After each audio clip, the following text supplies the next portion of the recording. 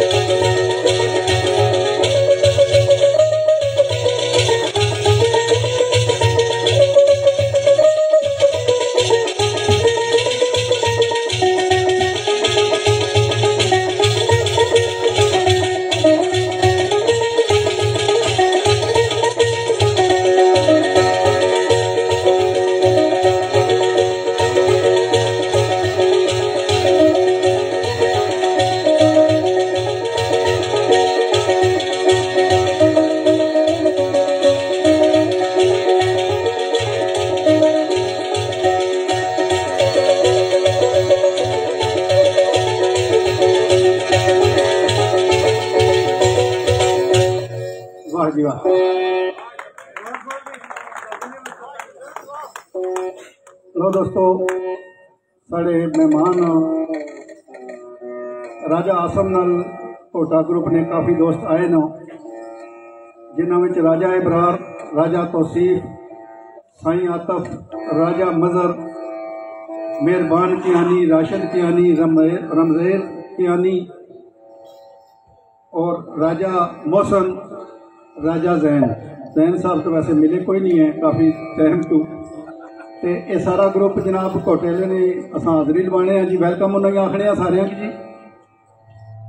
तो ज़ाहिर है इन्होंने लोगों दी फरमाइशां भी हैं, इंशाअल्लाह जे टाइम की मुनासबत नाल सारियां दी इंशाअल्लाह थोड़ियां थोड़ियां फरमाइशां भी पूरियां कीतियां जा सन।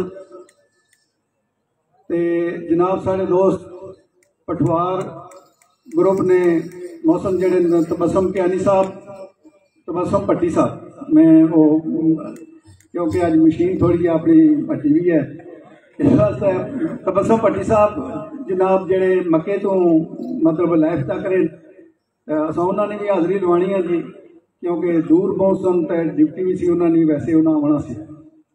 चलो फिर किसी जगह तो इंशाअल्लाह उन्हें मौका मिला तो अफसन अच्छे शेरखान अच्छे शायर न, उन्होंने यादा भी साढ़े नाल जी। बाकी दोस्तों की इंशाअल्लाह एक घंटा डेढ़ जो है खामोशी नाल तुसां सुन सो, तो मैं कोशिश करसा क्योंकि तुसां मेरे ख्याल च हमारी आवाज़ तो बखूबी समझने हो सो। फिर इतने एक दो दोस्त हो रहे हैं उन्होंने भी टाइम देसा और ज़्यादा टाइम देसा चौधरी मंیر साहब की मैं गुजारिश करता हूँ ना कि ज़्यादा से ज़्यादा वो टाइम अपना मेरे वाला टाइम ही वो यूज़ करो ताकि तुसा ने वास्ते उन्होंने बुलाया तुसा खुश हो जाओ। इंशाअल्लाह असा तो फिर इतने थे हाँ, फिर गायब गाए हाजिर होने रहने हाँ, लेकिन जो बाहर मेहमान आया होना उसकी इन्नी हौसला अफजाई भी जरूरी होनी है, तो उसकी असा सुनना भी ज़्यादा जरूरी होना। इंशाअल्लाह हूँ एहसास थोड़े जे साढ़े ठीक हो जान, तो वैसे तो इन्ना चस्का तो दिता हो तो सानी आवाज़ तो समझ लगनी सी पी। क्यों जनाब राज साहब कोई तुसा की मजा आया? कोई नहीं,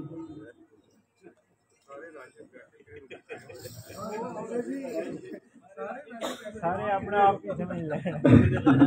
मैं सखावत साहब नाल जी राजा सखावत साहब ना नहीं सी लेना, सारे समझ लेना। वो पूरा ऐसे टाइम ना लायक पूरा उधर कोने ते जा बैठे तो इस वास्ते हुन तुम्हारी नजर उन्हां विच है ना। वेलकम पापा शहजाद साहब, खाबर पहलवान साहब वेलकम, थोड़ी जी सामने होता है सदर साहब वेलकम हैं जी जी। अखा ने सामने हो सकता फिर कोई बोले ना भी मतलब आवाज तो रही।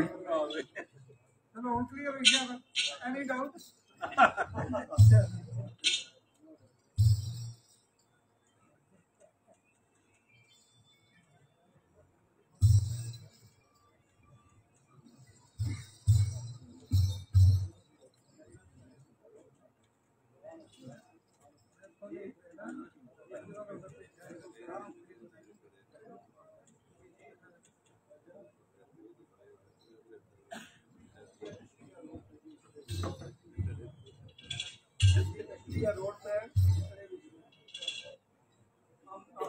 आमद क्या नहीं ना वापस करो मैं थोड़ा जल्दी दूंगा।